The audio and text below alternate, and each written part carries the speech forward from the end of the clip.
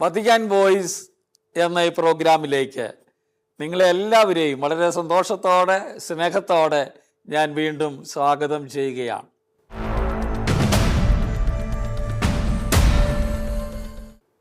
പരിശുദ്ധ പിതാവ് ലയോ 14 മാർപ്പാപ്പയുടെ സന്ദേശങ്ങളാണല്ലോ ഇപ്പോൾ നമ്മൾ അവതരിപ്പിച്ചു കൊണ്ടിരിക്കുന്നത്. ഈ എപ്പിസോഡിൽ ഞാൻ നിങ്ങളുമായി പങ്കുവയ്ക്കാൻ ആഗ്രഹിക്കുന്നത് നമ്മുടെ പരിശുദ്ധ പിതാവ് ആദ്യമായി എഴുതിയ അപ്പസ്തോലിക ലേഖനം അതേക്കുറിച്ചാണ്. അതിൻ്റെ പേര് ലത്തീൻ ഭാഷയിലാണ് സാധാരണ മാർപ്പാപ്പമാർ തങ്ങളുടെ ഔദ്യോഗികമായ ചാക്രിക ലേഖനങ്ങളും അപ്പസ്തോലിക ലേഖനങ്ങളും എഴുതുന്നത്. ഇതിൻ്റെ പേര് ദി ലെക്സി തേ എന്നാണ്. പേടിക്കണ്ട, വളരെ സിമ്പിളാണ്. അതിൻ്റെ അർത്ഥം ഞാൻ നിങ്ങളെ സ്നേഹിച്ചു എന്നതാണ്. കർത്താവ് പറയുന്ന വാക്കുകളാണത്. ഞാൻ നിങ്ങളെ സ്നേഹിച്ചു, അവസാനം വരെ ഞാൻ സ്നേഹിച്ചു എന്ന് ഈശോ യോഹന്നാൻ്റെ സുവിശേഷത്തിൽ എഴുതിയിട്ടുണ്ടല്ലോ. എന്തൊക്കെയാണെങ്കിലും ഈ രേഖ എഴുതി തുടങ്ങിയത് ഫ്രാൻസിസ് മാർപ്പാപ്പയാണ്. ഫ്രാൻസിസ് മാർപ്പാപ്പ തൻ്റെ അവസാന കാലഘട്ടത്തിൽ എഴുതിയ മനോഹരമായ ഒരു ചാക്രിക ലേഖനമുണ്ട്. അതിൻ്റെ പേര് ഇതിനോട് ബന്ധപ്പെട്ട് നിൽക്കുന്നതാണ് ദി ലെക്സിത് നോസ് എന്നാണ് അതിൻ്റെ ലത്തീൻ വാക്ക്. അതിൻ്റെ അർത്ഥം അവൻ നമ്മെ സ്നേഹിച്ചു. തിരുഹൃദയത്തെക്കുറിച്ചും തിരുഹൃദയ സ്നേഹത്തെക്കുറിച്ചും എഴുതിയിട്ടുള്ള മനോഹരമായ ഒരു രേഖയാണത്. അത് ഈശോയുടെ തിരുഹൃദയ സ്നേഹം, അവിടത്തേക്ക് നമ്മോടുള്ള സ്നേഹത്തെക്കുറിച്ചാണ് പറയുന്നതെങ്കിൽ അതിൻ്റെ തുടർച്ചയായി പരിശുദ്ധ പിതാവ് എഴുതി തുടങ്ങിയത് ഇപ്പോൾ പൂർത്തീകരിച്ച് ലയോ 14 മാർപ്പാപ്പ നമുക്ക് തന്നിരിക്കുകയാണ്. ദി ലെക്സി തേ എന്ന പേരിൽ ഞാൻ നിന്നെ സ്നേഹിച്ചു. വ്യക്തിപരമായ വാക്കുകളാണ് അത്. നമുക്ക് അതിൻ്റെ ഉള്ളടക്കം പറഞ്ഞാൽ ഇതിന് ഒരു ബന്ധമുണ്ട്. ഒരു കണക്കിൽ പറയുകയാണെങ്കിൽ ഒരു പൂർവ മാതൃകയുണ്ട്. ഫ്രാൻസിസ് മാർപ്പാപ്പ ആയ അവസരത്തിൽ, അദ്ദേഹം മാർപ്പാപ്പയായി തിരഞ്ഞെടുക്കപ്പെട്ട അവസരത്തിൽ അതിനു മുമ്പ് എഴുതി തുടങ്ങിയായിരുന്നു ബെനഡിക്റ്റ് 16 മാർപ്പാപ്പ ഒരു അപ്പസ്തോലിക ലേഖനം. അത് വിശ്വാസ വെളിച്ചം എന്ന പേരിലാണ് എഴുതി തുടങ്ങിയത്. അത് പ്രസിദ്ധീകരിക്കാനുള്ള ഭാഗ്യം ലഭിച്ചത് ഫ്രാൻസിസ് മാർപ്പാപ്പയ്ക്കാണ് എന്ന് പറഞ്ഞതുപോലെയാണ് ഇപ്പോഴും സംഭവിച്ചിരിക്കുന്നത്. ഫ്രാൻസിസ് മാർപ്പാപ്പ എഴുതി തുടങ്ങി, അത് പൂർത്തീകരിച്ച് നമുക്ക് നൽകുന്നത് ലയോ 14 മാർപ്പാപ്പയാണ്. പാപങ്ങളോടുള്ള നമ്മുടെ ഉത്തരവാദിത്വത്തെക്കുറിച്ചാണ് ഈ രേഖ സവിസ്തരം പ്രതിപാദിക്കുന്നത്. അവഗണിക്കപ്പെടുന്ന, തിരസ്കരിക്കപ്പെടുന്ന, പാർശ്വവൽക്കരിക്കപ്പെടുന്ന, ദരിദ്രരായിരിക്കുന്ന ആളുകളെക്കുറിച്ചാണ് ഈ രേഖയിൽ പരിശുദ്ധ പിതാവ് നമ്മെ ഉത്ബോധിപ്പിക്കുന്നത് എന്ന കാര്യം വളരെ ശ്രദ്ധേയമാണ്. ഇതിൽ ചർച്ച ചെയ്യുന്ന വിഷയങ്ങൾ നമുക്ക് അവസരം കിട്ടിയാൽ അത് വിശദമായി ഞാൻ നിങ്ങൾക്ക് പഠിപ്പിക്കാൻ ശ്രമിക്കുന്നതാണ്. ഈ രേഖയിൽ ഇന്ന് ഞാൻ പറയുന്നത് ഒരു പൊതുചിത്രം നിങ്ങളുടെ മുമ്പിൽ അവതരിപ്പിക്കാൻ മാത്രമാണ്. ഇതിൽ പറഞ്ഞിരിക്കുന്നത്, ചർച്ച ചെയ്യുന്ന വിഷയങ്ങൾ, ഇന്ന് ലോകം ദരിദ്രരോട് കാണിക്കുന്ന അവഗണന, അതേപ്പറ്റി മാർപ്പാപ്പ എഴുതുന്നുണ്ട്. സാമ്പത്തികമായ അസമത്വത്തെക്കുറിച്ച് മാർപ്പാപ്പ എഴുതുന്നുണ്ട്. നമുക്കറിയാം, ഉള്ളവനും ഇല്ലാത്തവനും തമ്മിലുള്ള അകൽച്ച വളരെ വലുതാണ്, വിടവ്. അതുകൊണ്ടാണ് സാമ്പത്തിക അസമത്വം പറയുന്നുണ്ട്. സ്ത്രീകൾക്കെതിരായ അക്രമങ്ങളെപ്പറ്റി മാർപ്പാപ്പ വളരെ കാര്യമായി ഈ രേഖയിൽ പറയുന്നുണ്ട്. പോഷകാഹാരക്കുറവിനെക്കുറിച്ച് പറയുന്നുണ്ട്. ലോകത്തിൽ വളരെയധികം ആളുകൾക്ക് പോഷകം ഉള്ള ആഹാരം ലഭിക്കുന്നില്ല എന്ന് മാർപ്പാപ്പ വളരെ കാര്യകാരണ സഹിതം തെളിവുകളോടെ നമ്മുടെ മുമ്പിൽ അവതരിപ്പിക്കുന്നുണ്ട്. വിദ്യാഭ്യാസ രംഗത്ത് നേരിടുന്ന പ്രതിസന്ധികളെക്കുറിച്ച് സംസാരിക്കുന്നുണ്ട്.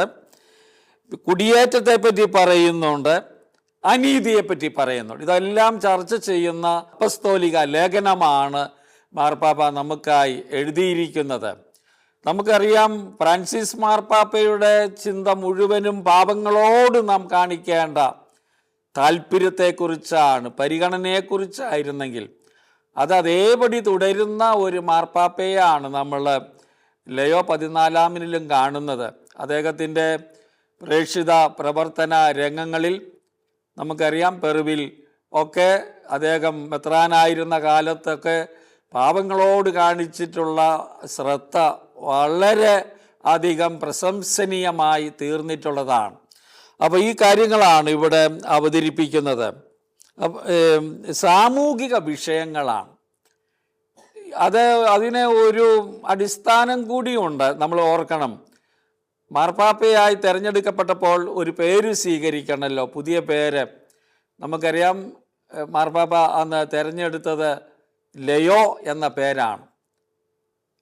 അദ്ദേഹത്തിന് മുമ്പുള്ള 13-ാം ലയോൺ മാർപ്പാപ്പ, നമുക്കറിയാം 1 നൂറ്റാണ്ട് വിടവുണ്ട് തമ്മിൽ.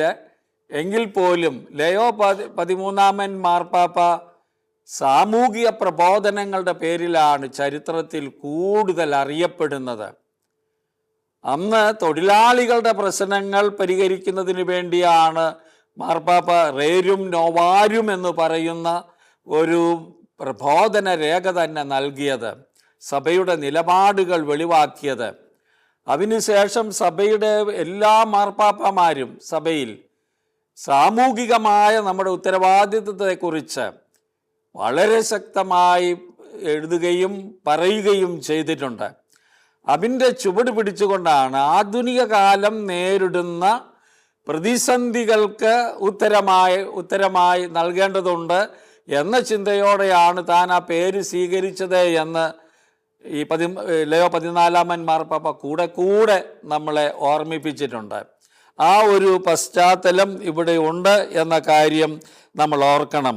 മാർപ്പാപ്പ പറഞ്ഞിരിക്കുകയാണ്, ദൈവസ്നേഹവും പാവപ്പെട്ടവരോടുള്ള സ്നേഹവും തമ്മിൽ വലിയ തോതിൽ ബന്ധപ്പെട്ടിരിക്കുന്നു എന്ന് നമ്മോട് ഈ രേഖയിൽ പറയുന്നുണ്ട്. അതുകൂടാതെ ക്രിസ്തുവിൻ്റെ സ്നേഹം ജീവിക്കേണ്ടത് എങ്ങനെയെന്നും എന്ന് ഈ രേഖയിൽ പറയുന്നുണ്ട്. പാവപ്പെട്ടവരെ സ്നേഹിച്ചുകൊണ്ടാണ് എന്ന് ഈ അപ്പസ്തോലിക ലേഖനം ശക്തമായി നമ്മളെ ഓർമ്മിപ്പിക്കുകയാണ്. അതുകൊണ്ട് ഞാൻ ആ ഒരു ചിന്തയാണ് മാർപ്പാപ്പ പറഞ്ഞിരിക്കുന്നതിന് എൻ്റെ ഈ എപ്പിസോഡിൽ കൃത്യമായി പറയാനായിട്ട് ശ്രമിക്കുന്നത്. നമുക്ക് അറിയാമല്ലോ, സ്നേഹത്തെക്കുറിച്ച് ലോക ചരിത്രം മുഴുവൻ നമ്മൾ പഠിച്ചാലും ഏറ്റവും ശക്തമായും ആധികാരികമായും തീവ്രമായും എക്കാലവും സംസാരിച്ചിട്ടുള്ളത് നമ്മളാണ്, കത്തോലിക്കരാണ്. പ്രത്യേകിച്ച് ക്രിസ്ത്യാനികളാണ്. അതിൽ കൂടുതൽ കത്തോലിക്കരായ നാമാണ്. മാർപ്പാപ്പമാർ ആ കാര്യത്തിൽ എന്നും ശ്രദ്ധാലുക്കളായിരുന്നു എന്ന കാര്യം നമ്മൾ മറക്കരുത്. മനുഷ്യ ജീവിതത്തെ മതവർഗീയതയും ജാതി സ്പർദ്ധകളും വിഘടനവാദവും വർഗസമരങ്ങളും ഭീകരവാദങ്ങളുമൊക്കെ നിരന്തരം സങ്കീർണമാക്കുന്ന കാര്യം നമുക്കറിയാം. ലോകം ഇന്ന്, പ്രത്യേകിച്ച് ആധുനിക കാലഘട്ടത്തിൽ ഇന്ന് വളരെയധികം തരത്തിൽ ദ്രോഹിക്കുന്നത് നമ്മൾ കാണുന്നുണ്ട്. ആ പശ്ചാത്തലം മനസ്സിൽ വെച്ചുകൊണ്ട് തന്നെയാണ് പരിശുദ്ധ പിതാവ് ഈ രേഖ ഫ്രാൻസിസ് മാർപ്പാപ്പയുടെ പാത പിന്തുടർന്നുകൊണ്ട് നമുക്ക് നൽകിയിരിക്കുന്നത്. അതുകൊണ്ട് ദരിദ്രരോടുള്ള പരിഗണന, ദരിദ്രരോടുള്ള പക്ഷം ചേരൽ വളരെ പ്രധാനപ്പെട്ടതാണ് എന്ന് ഈ രേഖ നമ്മളെ ഓർമ്മിപ്പിക്കുകയാണ്. അത് സത്യത്തിൽ ക്രൈസ്തവ ധാർമ്മികതയുടെ വലിയ ഒരു കാര്യം കൂടിയാണ് എന്നത് നമ്മൾ ഓർക്കേണ്ടതാണ്. അപ്പോൾ ആ തരത്തിലാണ് ഈ രേഖ നമുക്കായി നൽകപ്പെടുന്നത്. കർത്താവ് പറയുന്ന ഒരു വാചകം എടുത്തുകൊണ്ട് നമ്മയെല്ലാം അതിലേക്ക് ക്ഷണിക്കുകയാണ് പരിശുദ്ധ പിതാവ് ചെയ്തിട്ടുള്ളത്. ഞാൻ നിന്നെ സ്നേഹിച്ചു. വ്യക്തിപരമായി നമ്മളെ ഓരോരുത്തരെയും. സത്യത്തിൽ അതാണ് സുവിശേഷം. സുവിശേഷത്തിൻ്റെ സന്ദർഭം എന്താ? ദൈവം നമ്മെ ഈശോ വന്ന് ലോകത്തോട് പറഞ്ഞത് എന്താണ്? പിതാവായ ദൈവം നിങ്ങളെ ഓരോരുത്തരെയും സ്നേഹിക്കുന്നു. അതിൻ്റെ തെളിവായാണ് ഈശോ പറഞ്ഞതും പ്രവർത്തിച്ചതുമെല്ലാം. അപ്പം അതാണ് ഇവിടെ നമ്മൾ പറയുന്നത്. ഞാൻ ആദ്യമേ പറഞ്ഞല്ലോ, ഈ രണ്ട് മാർപ്പാപ്പമാർ കൈകോർത്ത് നിൽക്കുകയാണ് ഈ കാര്യങ്ങൾ പറയുന്നത്. മാർപ്പാപ്പ പറയുന്ന ഒരാശയത്തിലേക്ക് നമുക്ക് പെട്ടെന്ന് കടന്നു വരാം. ദരിദ്രരുടെ അവസ്ഥ തന്നെയാണ് അവരുടെ നിലവിളി. അവർ നിലവിളിച്ചുകൊണ്ടിരിക്കുകയാണ്. ഫ്രാൻസിസ് മാർപ്പാപ്പ എഴുതിയായിരുന്നു, നമുക്കറിയാം, അങ്ങേക്ക് സ്തുതി എന്ന പേരിൽ പരിസ്ഥിതി സംബന്ധമായ കാര്യങ്ങളെക്കുറിച്ച് പഠിപ്പിച്ചപ്പോൾ എഴുതിയിരുന്നു, ദരിദ്രരും പ്രകൃതിയും ഒന്നുപോലെ ദൈവസന്നിധിയിൽ നിലവിളിക്കുന്നു എന്നാണ് ആ മാർപ്പാപ്പ എഴുതിയത്. കാരണം ഇത് ബന്ധപ്പെട്ട് കിടക്കുന്ന ഒരു കാര്യമാണ്. അതുകൊണ്ട് തന്നെ മാർപ്പാപ്പ പറയും, ദരിദ്രരുടെ അവസ്ഥ അവരുടെ നിലവിളിയിൽ നിന്ന് നമുക്ക് മനസ്സിലാക്കാൻ കഴിയും. ആ നിലവിളി മനുഷ്യ ചരിത്രത്തിൽ ഉടനീളം നമ്മുടെ ജീവിതത്തെയും സാമൂഹിക വ്യവസ്ഥകളെയും രാഷ്ട്രീയ സാമ്പത്തിക സംവിധാനങ്ങളെയും സഭയെ തന്നെയും മാർപ്പാപ്പ പറയുകയാണ് നിരന്തരം വെല്ലുവിളിക്കുന്നുണ്ട്. എല്ലാവരുടെയും ശ്രദ്ധ, ഈ രംഗങ്ങളിൽ പ്രവർത്തിക്കുന്ന എല്ലാവരുടെയും, മനുഷ്യൻ്റെ ഉന്നതിക്ക് വേണ്ടി പ്രവർത്തിക്കുന്ന എല്ലാവരുടെയും ശ്രദ്ധ ദരിദ്രരെ ഉദ്ധരിക്കുന്നതിന് വേണ്ടിയുള്ളതായിരിക്കണം എന്നതാണ് മാർപ്പാപ്പ പറയുന്നത്. അതൊരു വെല്ലുവിളിയാണ്, നമ്മുടെ മുമ്പിലുള്ള വെല്ലുവിളിയായിട്ടാണ് മാർപ്പാപ്പ നമ്മോട് പറയുന്നത്. ദരിദ്രൻ്റെ മുറിവേൽപ്പിക്കപ്പെട്ട മുഖത്ത് നാം കാണുന്നത് നിരപരാധിയുടെ സഹനമാണ് എന്ന് പറയുക. ദരിദ്രരുടെ മുഖത്ത് നാം കാണുന്ന മുറിവുകൾ നിരപരാധിയുടെ സഹനമാണ്. അത് മിശിഹായുടെ തന്നെ സഹനമാണ് മാർപ്പാപ്പ പറയുക. ഫ്രാൻസിസ് മാർപ്പാപ്പ എപ്പോഴും പറഞ്ഞുകൊണ്ടിരുന്ന ഒരു കാര്യമാണ്, നാം ദരിദ്രനെ സ്പർശിക്കുമ്പോൾ, അവൻ്റെ വ്രണങ്ങളെ നാം സ്പർശിക്കുമ്പോൾ, അവൻ്റെ ദുഃഖത്തെ നാം കാണുമ്പോൾ സത്യത്തിൽ നാം ഈശോയെയാണ് സ്പർശിക്കുന്നത് എന്ന് ആവർത്തിച്ച് പറയുമായിരുന്നു. അതായിരുന്നു അദ്ദേഹം കുറേ കൂടി പ്രതീകാത്മകമായി പാവങ്ങളോട് റിയലായും അവരെ സ്പർശിച്ചുകൊണ്ട് ലോകത്തിന് നൽകിയ സന്ദേശം അതായിരുന്നു. ഇത് നമ്മൾ ഓർക്കണം. അതേസമയം തന്നെ മാർപ്പാപ്പ പറഞ്ഞു, ദാരിദ്ര്യം ഒരു ബഹുമുഖ പ്രതിഭാസമാണെന്നും അത് ഭൗതിക വസ്തുക്കളുടെ ഇല്ലായ്മ മാത്രമല്ലെന്നും മാർപ്പാപ്പ നമ്മെ ഓർമ്മിപ്പിക്കുകയാണ് ഈ രേഖയിൽ. ഭൗതിക കാര്യം മാത്രമല്ല, സമ്പത്തില്ല എന്നത് മാത്രമല്ല. പലപ്പോഴും ദാരിദ്ര്യം എന്ന് പറയുമ്പോൾ സമ്പത്തില്ലാത്ത ഒരവസ്ഥ മാത്രമായി ചുരുക്കിക്കളയാറുണ്ട്. അതല്ല എന്ന് വ്യക്തമാക്കിയാൽ തീർച്ചയായിട്ടും അത് വലിയൊരു ന്യൂനത കുറവാണ്. അത് മാത്രമല്ല എന്ന് മാർപ്പാപ്പ പറയാണ്. ദാരിദ്ര്യം പലതരത്തിലുണ്ട്, ബഹുമുഖമാണ് അതിൻ്റെ മുഖങ്ങൾ എന്ന് പറയുകയാണ്. പിന്നെ മാർപ്പാപ്പ പറയുന്ന ചില ഉദാഹരണങ്ങൾ നമുക്ക് നോക്കാം. തങ്ങളുടെ മഹത്വത്തിനും സാധ്യതകൾക്കും ശബ്ദം നൽകാൻ കഴിയാതെ പോകുന്ന സമൂഹത്തിലെ പാർശ്വവൽക്കരിക്കപ്പെട്ടവരുടെ അവസ്ഥ ദാരിദ്ര്യമാണ് മാർപ്പാപ്പ പറയുകയാണ്. സ്വരമില്ലാത്തവർ, അവഗണിക്കപ്പെട്ടവർ, പാർശ്വവൽക്കരിക്കപ്പെട്ടവർ, അവർക്ക് ലോകത്തിൻ്റെ മുമ്പിൽ വന്ന് അത് പറയാൻ പറ്റാതെ നിൽക്കുന്ന ആളുകളുടെ അവസ്ഥ ദാരിദ്ര്യമാണ്. അങ്ങനെ പറയാൻ പറ്റാത്തത് ദാരിദ്ര്യമാണ് എന്ന് മാർപ്പാപ്പ പറയുന്നുണ്ട്. ഒന്ന്, രോഗികൾ ആരോഗ്യത്തിൻ്റെ ദാരിദ്ര്യം അനുഭവിക്കുന്നവരാണ്. സമ്പത്തുണ്ടെങ്കിലും രോഗം നമ്മളെ ദരിദ്രരാക്കുന്ന കാര്യമാണ്. പണമില്ലാതാക്കുക എന്നുള്ള അർത്ഥത്തിലല്ല, നമ്മുടെ ആരോഗ്യം പോയാൽ എല്ലാം പോയി എന്ന് നമ്മൾ പറയാറുണ്ടല്ലോ. അതുകൊണ്ട് മാർപ്പാപ്പ അതേപ്പറ്റി പറയുകയാണ്. അന്യായമായി തടവിൽ കഴിയുന്നവർ സ്വാതന്ത്ര്യത്തിൻ്റെ ദാരിദ്ര്യം അനുഭവിക്കുന്നവരാണ്. എത്രയോ പേരാണ് അന്യായമായി കോടതികളിൽ, ജയിലുകളിൽ കഴിയുന്നത്, അടിമത്തത്തിൽ കഴിയുന്നത്. അതും നമ്മൾ മാർപ്പാപ്പ എടുത്തു പറയുകയാണ്. മാർപ്പാപ്പ പറയും, ധാർമ്മികവും ആധ്യാത്മികവുമായ ദാരിദ്ര്യവും ഉണ്ട് എന്ന്. പാപത്തിൽ ജീവിക്കുന്നവൻ ദരിദ്രനാണ്, അത് മറക്കരുത്. സമ്പത്ത് ഒത്തിരി ഉണ്ടായിരിക്കും, ദൈവത്തെ മറന്നുകൊണ്ട് ജീവിക്കുന്നവൻ യഥാർത്ഥത്തിൽ ദരിദ്രനാണ്. ആ ദാരിദ്ര്യത്തെക്കുറിച്ചും മാർപ്പാപ്പ നമ്മളെ ഓർമ്മിപ്പിക്കുകയാണ് ചിന്തിക്കാനായിട്ട്. അതുപോലെ തന്നെ സാംസ്കാരികമായ ദാരിദ്ര്യമുണ്ട്. വേണ്ടത്ര വിദ്യാഭ്യാസം കിട്ടാത്തത് കൊണ്ട്, അവൻ്റെ വ്യക്തിത്വം വികസിപ്പിക്കാൻ കഴിയാത്തത് കൊണ്ട് അനുഭവിക്കുന്ന, പൊതുരംഗത്തേക്ക് മാനിക്കപ്പെടാതെ പോകുന്നത് കൊണ്ട് ഉണ്ടാകുന്ന ദാരിദ്ര്യത്തെക്കുറിച്ചും മാർപ്പാപ്പ പറയുന്നുണ്ട്. പിന്നെ മറ്റൊരു ദാരിദ്ര്യം മാർപ്പാപ്പ എടുത്തു പറയുകയാണ് ഈ രേഖയിൽ. വ്യക്തിപരവും സാമൂഹികവുമായ ദുർബലത. നമുക്ക് ദുർബലരായ മനുഷ്യർ ധാരാളമുണ്ട്. സ്വരമില്ലാത്തവർ, പരിഗണിക്കപ്പെടാത്തവർ, അവഗണിക്കപ്പെടുന്നവർ, അങ്ങനെയുള്ളവരുടെ അവസ്ഥയും ദാരിദ്ര്യമാണ്. അവകാശങ്ങളും സ്വാതന്ത്ര്യവും ഇല്ലാതിരിക്കുന്നതിൻ്റെ ദാരിദ്ര്യത്തെക്കുറിച്ചും മാർപ്പാപ്പ നമ്മോട് പറയുകയാണ്. അവകാശങ്ങൾ നിഷേധിക്കപ്പെട്ടിരിക്കുന്ന ആളുകൾ. സാമ്പത്തിക ദാരിദ്ര്യത്തെക്കാൾ കൂടുതൽ ഗൗരവമായ പരിഗണന അർഹിക്കുന്നതാണ് സാമൂഹിക സാമ്പത്തിക അസമത്വങ്ങളും ചൂഷണ സംവിധാനങ്ങളുമെന്നും മാർപ്പാപ്പ നമ്മോട് പറയുന്നുണ്ട്. ദാരിദ്ര്യത്തിൻ്റെ കൂടുതൽ വികൃതമായ മുഖങ്ങളാണ് അവയെന്നും മാർപ്പാപ്പ പറയാൻ മടിക്കുന്നില്ല. ശക്തമായ വാക്കുകളാണ് ഈ രേഖയിൽ പറയുന്നത്.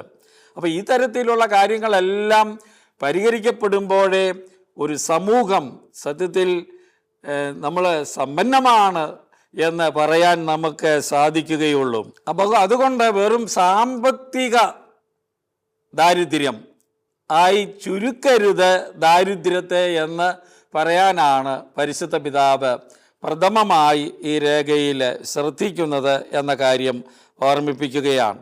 അതില്ലെങ്കിൽ, ഇതെല്ലാം സമഗ്രമായി കാണുന്നില്ലെങ്കിൽ, വെറും ഭൗതികമായ ദാരിദ്ര്യം ഉച്ചാടനം ചെയ്യുന്നതിനുള്ള ശ്രമങ്ങൾ കൊണ്ട് നാം ഉദ്ദേശിക്കുന്ന ഫലം ലഭിക്കില്ല എന്നതാണ് അതിൻ്റെ അർത്ഥം. രണ്ടാമതൊരു പോയിന്റ് മാർപ്പാപ്പ പറയുന്നത്, ദരിദ്രരോട് നമുക്ക് വലിയ ഐക്യദാർഢ്യം ഉണ്ടാകണം.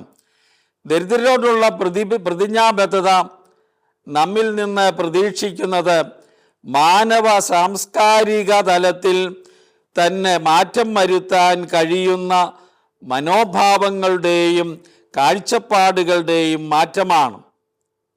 അതാണ് പ്രധാനം. സാംസ്കാരിക തലത്തിൽ ഒരു മാറ്റമുണ്ടാകണമെങ്കിൽ ഈ പറയുന്ന മാർപ്പാപ്പ ആദ്യം സൂചിപ്പിച്ച തരത്തിലുള്ള കാര്യങ്ങളെക്കുറിച്ചുകൂടി ചിന്തിച്ചുകൊണ്ടുള്ള ഒരു മാറ്റത്തിന്, മനോഭാവ മാറ്റത്തിന് ലോകം തയ്യാറാകണം, ഓരോ വ്യക്തിയും തയ്യാറാകണം എന്ന് പരിശുദ്ധ പിതാവ് നമ്മോട് പറയുകയാണ്.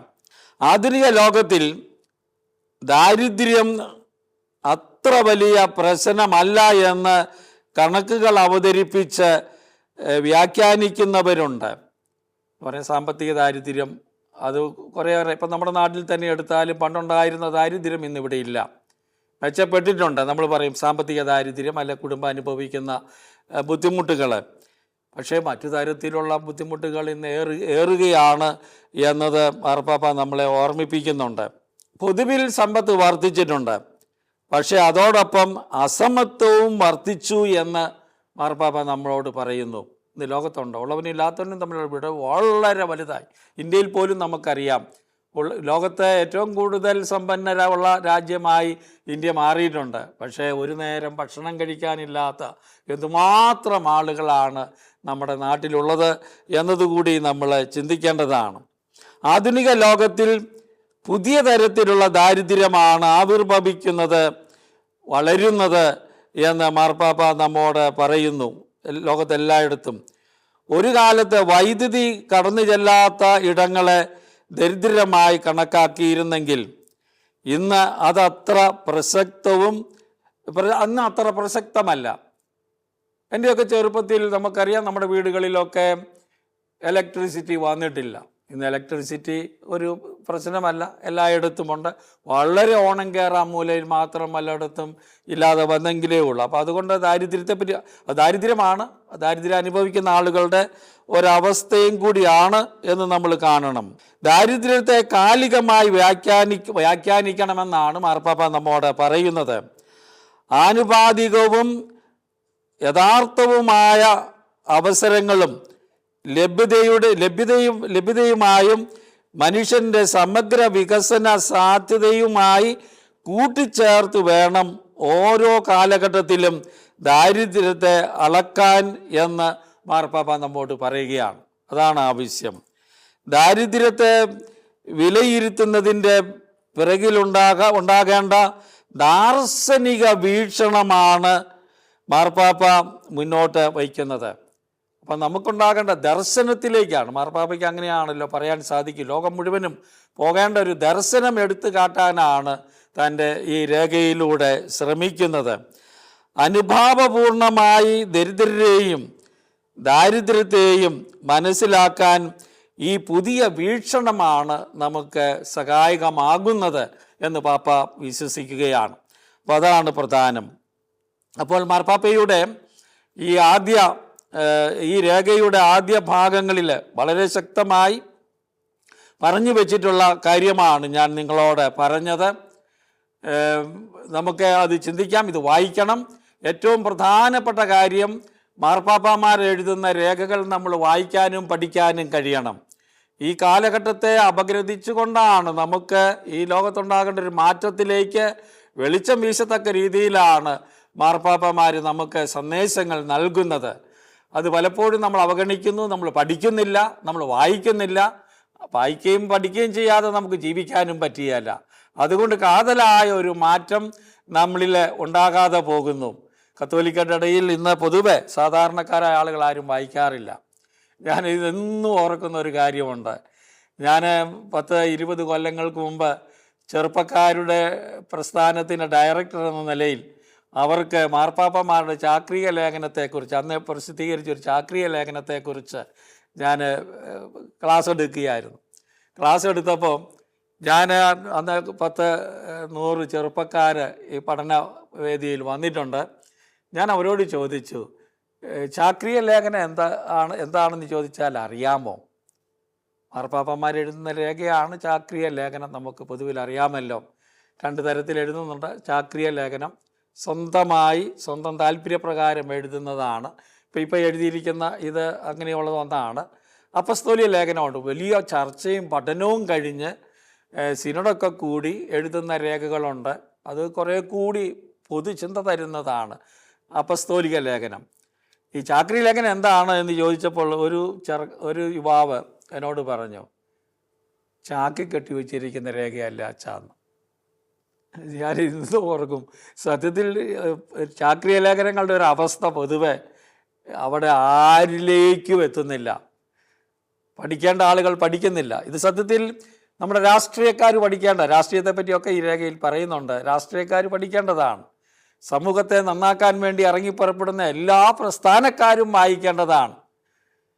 സഭ അത് എഴുതുമ്പോൾ നമുക്കറിയാം, സഭയ്ക്ക് വേണ്ടി മാത്രമല്ല, സാമൂഹ്യ പ്രബോധനങ്ങൾ ലോകത്തിലുള്ള എല്ലാ മനുഷ്യർക്കും വേണ്ടിയാണ്, എല്ലാ സുമനസ്സുകൾക്കും വേണ്ടിയാണ് എഴുതുന്നത്. സന്മനസ്സുള്ളവർക്ക് ഇത് സ്വീകരിക്കാൻ പറഞ്ഞുകൊണ്ടാണല്ലോ പലപ്പോഴും ഇത് എഴുതുന്നത്. അപ്പോൾ അതൊരു പ്രധാനപ്പെട്ട കാര്യമാണ്. ഈ രേഖകൾ നമ്മൾ വായിക്കണം, പഠിക്കണം എന്നുള്ളതാണ്. അത് ചാക്കിക്കെട്ടി അവിടെ ഇരിക്കാനുള്ളതല്ല. നമ്മൾ ഇന്ന് പ്രത്യേകിച്ച് മാർപ്പാപ്പ എഴുതിയ ആദ്യത്തെ ലേഖനം അത് നമുക്ക് പഠന വിഷയമാകേണ്ടതാണ്. അദ്ദേഹത്തിൻ്റെ സ്വപ്നങ്ങൾ, അദ്ദേഹത്തിൻ്റെ ചിന്തകൾ ഈ രേഖയിലൂടെ ഉണ്ട്. കാരണം അത് ഫ്രാൻസിസ് മാർപ്പാപ്പ എഴുതി തുടങ്ങിയത് കൊണ്ട് അതിനെ പൂർത്തീകരിക്കുമ്പോൾ, അതിനെ മെച്ചപ്പെടുത്തുമ്പോൾ, അതിനൊരു പൂർണ്ണത കൈവരുത്താൻ ശ്രമിക്കുമ്പോൾ തൻ്റെ ചിന്തകളാണ് അതിലൂടെ അവതരിപ്പിക്കപ്പെടുന്നത്. അത് നമ്മൾ പഠിച്ചാലേ നമുക്ക് ഇന്ന് ആ ക്രൈസ്തവ ജീവിതം കൂടുതൽ അർത്ഥപൂർണമായി ജീവിക്കാൻ സാധിക്കുകയുള്ളൂ. അതിനാൽ എൻ്റെ ആശംസ ഇതാണ്, ഇതിനെപ്പറ്റി നമുക്കിത് പഠിക്കണം, നമ്മളിത് ചർച്ച ചെയ്യണം. ഇത് ഞാൻ POCയിൽ ജോലി ചെയ്തുകൊണ്ടിരുന്ന അവസരത്തിൽ ഞാൻ കണ്ടിട്ടുണ്ട്, ഒരു കമ്മ്യൂണിസ്റ്റ് നേതാവ് അവിടെ വരുമായിരുന്നു എപ്പോഴും. സഭയുടെ സാമൂഹ്യ പ്രബോധനം പുതിയത് വല്ലത് ഇറങ്ങിയിട്ടുണ്ടോ, അദ്ദേഹം പത്രത്തിലെങ്ങാനും കണ്ടാൽ ഉടനെ വന്നിട്ട് പറയും, അത് തർജ്ജമ ചെയ്യുമ്പോൾ എനിക്ക് ഇംഗ്ലീഷും മറ്റതൊക്കെ അത്രയും കാര്യമായിട്ട് വായിച്ച് പഠിക്കാൻ പറ്റില്ല, ഒരു കാര്യം ചെയ്യണം, അതിൻ്റെ ഒരു കോപ്പി എനിക്ക് തരണം, ഞാൻ വാങ്ങിച്ചോളാം, അല്ലെങ്കിൽ എനിക്ക് തരണം. ഞാൻ ഒരു കത്തോലിക്കനെയും കണ്ടിട്ടില്ല ഇങ്ങനെ വന്ന് ഇത് ഞങ്ങൾക്ക് തരണേ, ഇത് വായിക്കണേ എന്നുള്ള താല്പര്യം കാണിക്കുന്നവർ. വളരെ അക്കഡമിക് ലെവലിൽ ജീവിക്കുന്ന കുറച്ച് പേരൊക്കെ ചെയ്യുന്നുണ്ട്, ഞാനില്ലെന്ന് പറയുന്നില്ല. അപ്പം പ്രിയപ്പെട്ടവരെ, മാർപ്പാപ്പ ഒരു അപ്പസ്തോലിക ലേഖനം പ്രത്യേകിച്ച് ദൈവത്തിൻ്റെ സ്നേഹം അത് മനുഷ്യ സ്നേഹത്തിൽ പ്രകടമാക്കണമെന്ന് അവതരിപ്പിക്കുന്ന ഒരു ഒരു അപ്പസ്തോലിക ലേഖനം നമുക്കായി എഴുതിയിരിക്കുന്നു. നമുക്കത് വായിക്കാം, പഠിക്കാം, നമ്മുടെ ജീവിതത്തെ നവീകരിക്കാം. എല്ലാവർക്കും നന്ദി.